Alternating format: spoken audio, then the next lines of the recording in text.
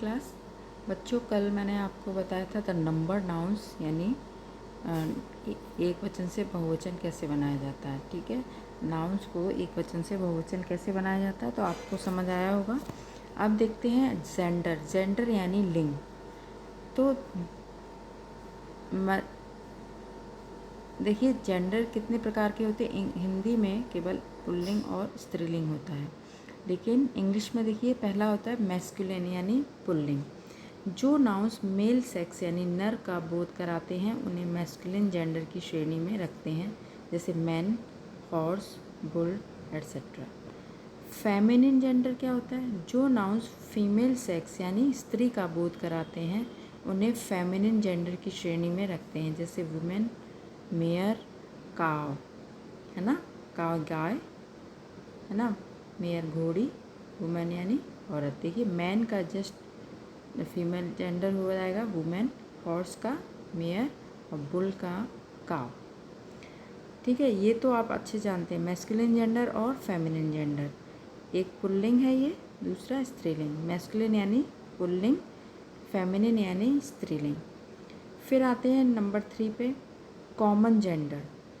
जो nouns male sex अथवा female sex का स्पष्ट बोध नहीं कराते उन्हें कॉमन जेंडर की श्रेणी में रखते हैं, जैसे स्टूडेंट। देखिए स्टूडेंट लड़कियां भी हो सकती हैं और लड़के भी हो सकते हैं, तो इसमें यहाँ पर स्पष्ट नहीं है वो स्टूडेंट कौन है, इसीलिए यहाँ पे स्टूडेंट कॉमन जेंडर है। उसी तरह से टीचर कॉमन जेंडर। फ्रेंड दोस्त या मित्र लड़की भी हो सकती है लड़के भी, तो ये भी कॉमन जेंडर है ना। और नेक्स्ट सर्वेंट। मेड सर्वेंट भी मेल सर्वेंट भी हो सकता है, फीमेल भी हो सकता है, तो ये क्या है आपका कॉमन जेंडर। चाइल्ड बच्चा। कुक, कुक यानी यहाँ पकाने से नहीं है, जो खाना पकाता है उसको भी कुक कहते हैं, तो खाना पकाने वाले को कुक कहते हैं, तो वो कोई भी औरत भी हो सकती है और आदमी भी हो सकता है, तो इसीलिए इसको कॉमन जेंडर बोलते हैं। एनिमी यानी शत्रु, मिनिस्टर यानी मंत्री एट्सेट्रा, है ना, तो ये सब किस में आएंगे? कॉमन जेंडर में। मैस्कुलिन जेंडर में जो पुरुष जाति के लोग मैस्कुलिन जेंडर में आएंगे, स्त्री जाति के लोग फेमिनिन जेंडर में आएंगे, और जिनका जेंडर मतलब स्पष्ट नहीं है वो लोग वो सब किस में आते हैं? कॉमन जेंडर में। और 4th नंबर है न्यूट्रल जेंडर।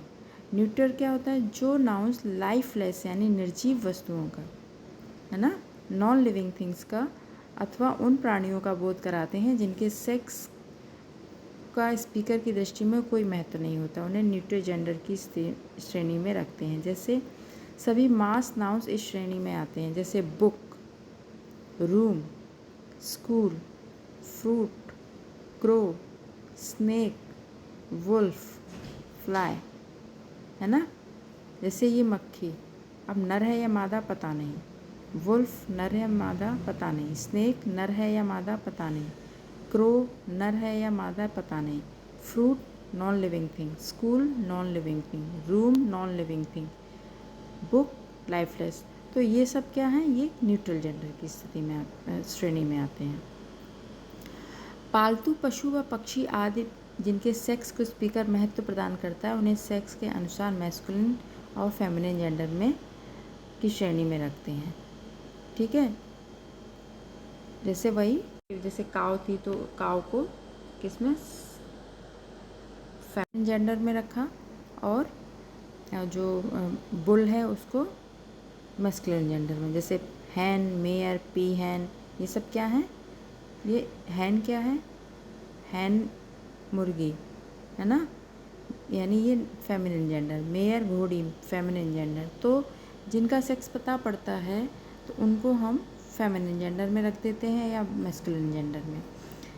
अंग्रेजी में जेंडर ग्रामेटिकल कैटेगरी है, अतः कन्वेंशन के अनुरूप भी बहुत से नाउन्स का जेंडर निर्धारित होता है। पर्सोनिफाइड ऑब्जेक्ट्स तथा अन्य ऑब्जेक्ट जो स्ट्रेंथ के प्रतीक हैं उन्हें मैस्कुलिन जेंडर में रखते हैं, जैसे जो किसमें? स्ट्रेंथ के, जैसे the sun, summer, winter, time, death, ये सब किसमें? मैस्कुलिन जेंडर में आते हैं।